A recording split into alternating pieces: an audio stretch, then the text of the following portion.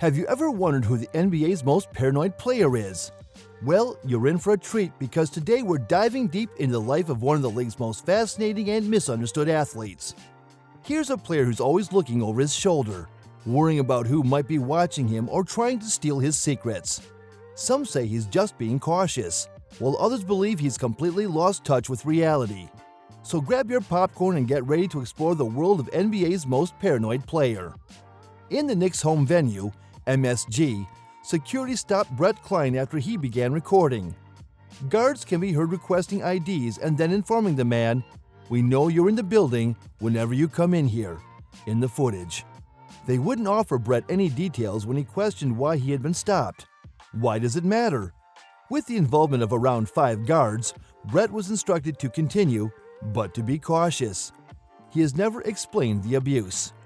It turns out that James Dolan, the owner of the New York Knicks, didn't like what Brett posted on social media.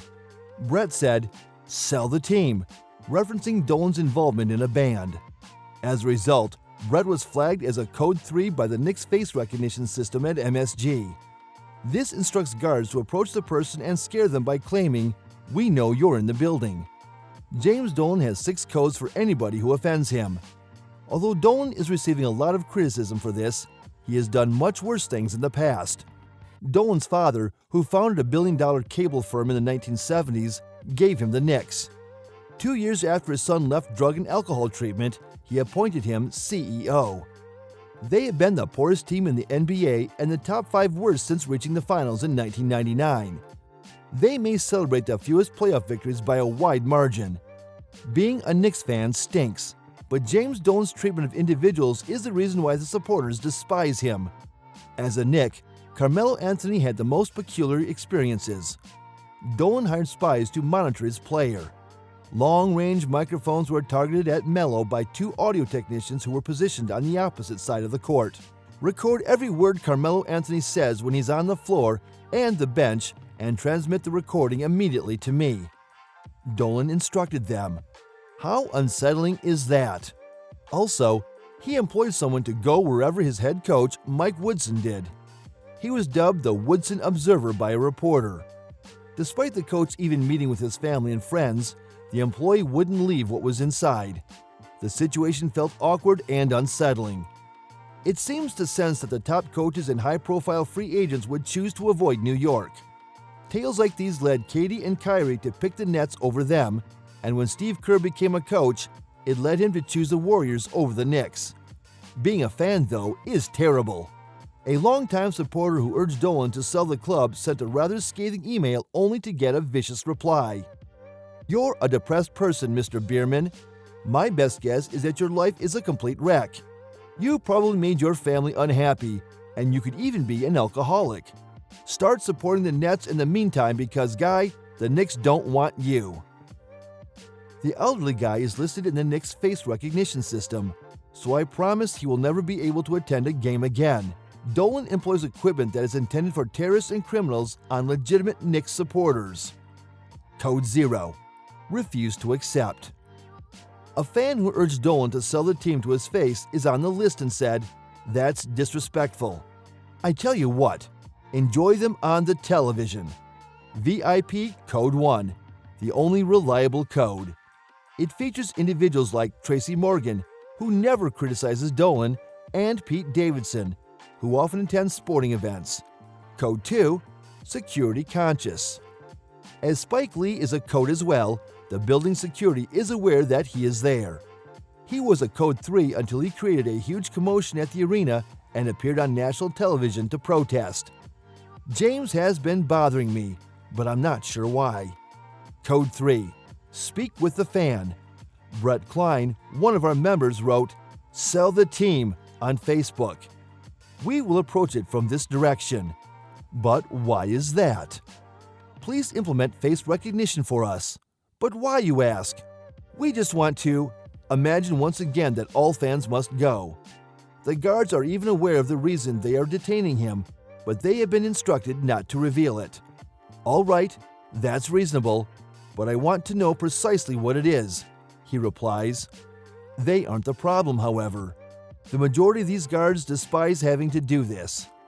Code 4. approach the fan and chastise them for their actions. What makes this different from Code 3 is unclear to me. They may even explain to the fan why they were reported. The eject code is Code 5. Similar to banning someone, only you also get to humiliate them. Code 5 is approached by the security chief, a police officer, and a lawyer during a game and then booted.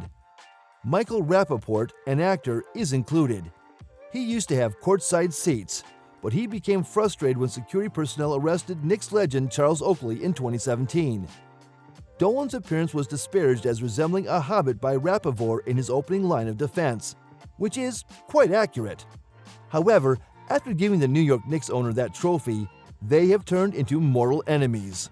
Dolan faced severe consequences for intimidating another person. A man was accompanying the Girl Scout troop of her 9-year-old daughter to Radio City Music Hall for a holiday party. She was fired because she works for a corporation that is suing James Dolan, leaving the 9-year-olds alone in New York City for 90 minutes. But she doesn't even have a New York law license, and she's not even involved in the James Dolan case. Because of the negative backlash, Dolan had his first interview in 4 years. Thus, supporters shouldn't be concerned that their criticism of the club, the ownership, or any of the teams may result in a face recognition-based ban. It won't take place. Not at all. Has it led to the banning of any fans? That's not accurate. The only ones who have descended are those who have directly approached you. We're aware that's untrue. Sell the team was Klein's social media message. You may criticize the Knicks, but don't encourage me to sell the club, is what Dolan is implying. By threatening them, he is essentially attempting to silence those who advocate selling the team. He is making any fans who like attending sports afraid to speak out. Will it work? Of course not. Never. That will not work. He is going to make them even angrier. Employing terrorism-related technologies on your supporters? It is very pitiful. No other club owner is as neurotic and petty as this one, and it's ruining the Knicks' chances of success. Free agents are reluctant to see and negotiate with him. The top coaches avoid the area. Well, Worldwide West and Leon Rose are in charge of the front office. No one has stronger connections to celebrities than they do. How many stars were they able to acquire? And the unfortunate thing is that Dolan has improved as an owner.